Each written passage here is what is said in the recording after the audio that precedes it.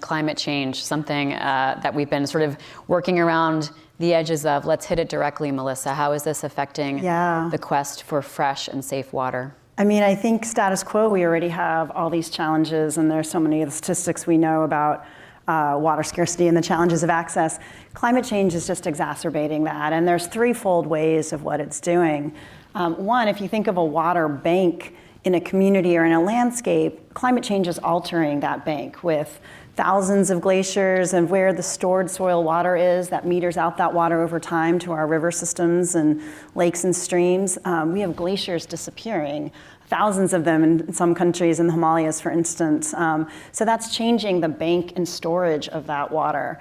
The second area of what it's doing is it's changing dramatically precipitation and rainfall events and precipitation events, both the amount and the reliability of that. The uncertainty is also creating challenges. And in many places we're seeing mega droughts. These are not just seasonal shifts, these are decadal shifts.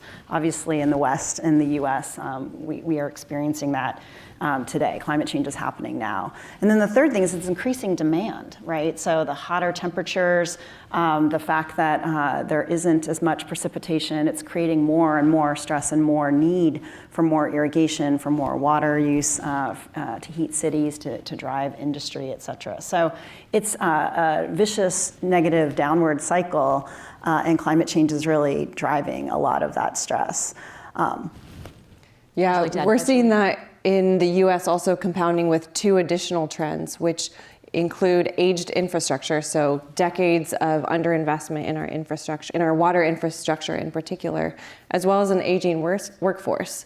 The EPA estimates that a third of the water sector, technicians, water operators, et cetera, will be eligible for retirement in the next 10 years, which is really scary. So you have these water systems that are facing extreme weather events, storms and floods, without being able to find the technical capacity to maintain the lines, to operate them, and the lines are already crumbling to begin with.